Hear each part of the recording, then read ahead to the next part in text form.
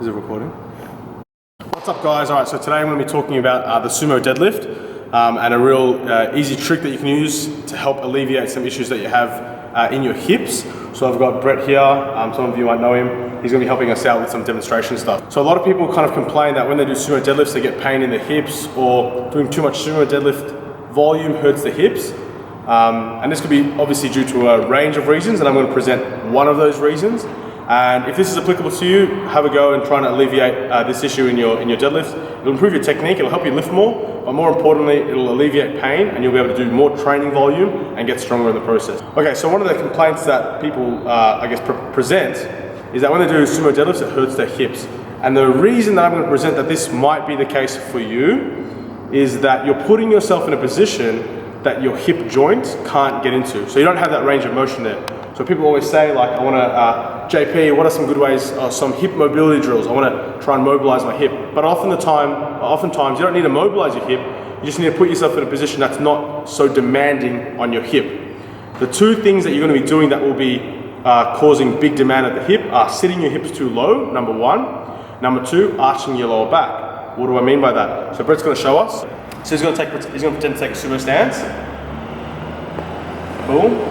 And the first thing we're going to do is show you what that arch position in the lower back looks like. So this is what it looks like. And we're just going to get Britt, just without even setting up a deadlift, just stick his ass out. So you'll see lifters take this position where their lower back is arched. Now, just like we don't want to be rounded in our deadlift, we also don't want to be rounded the other way. Like that's rounded the other way. So we're going to find a neutral position. So go back there, round the other way, like round badly. So that's bad also. So we want to find a nice neutral position. So get to neutral.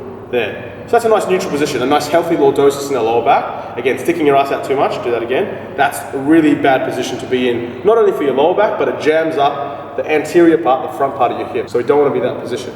Now the second thing that you're going to be doing that's going to be causing pain at the hip is sitting your hips too low. So Britt's going to get down into a Sumo Deadlift position, one where his hips are too low. Now hold there. So you can see here, the hip is pretty much level with the knee, right? Now you can imagine that he sticks his ass out, so go into that lower back like arch position.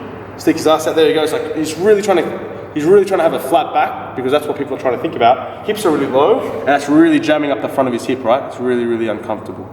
So the easiest way to alleviate that is firstly get the hips higher. So he's gonna have his hips up here, and he's just gonna be a little bit more relaxed through his abs, a bit more relaxed through his abs. There you go. And it almost looks like he's rounded there, but he's quite neutral. He's gonna breathe and brace, and hold that position, just wait there.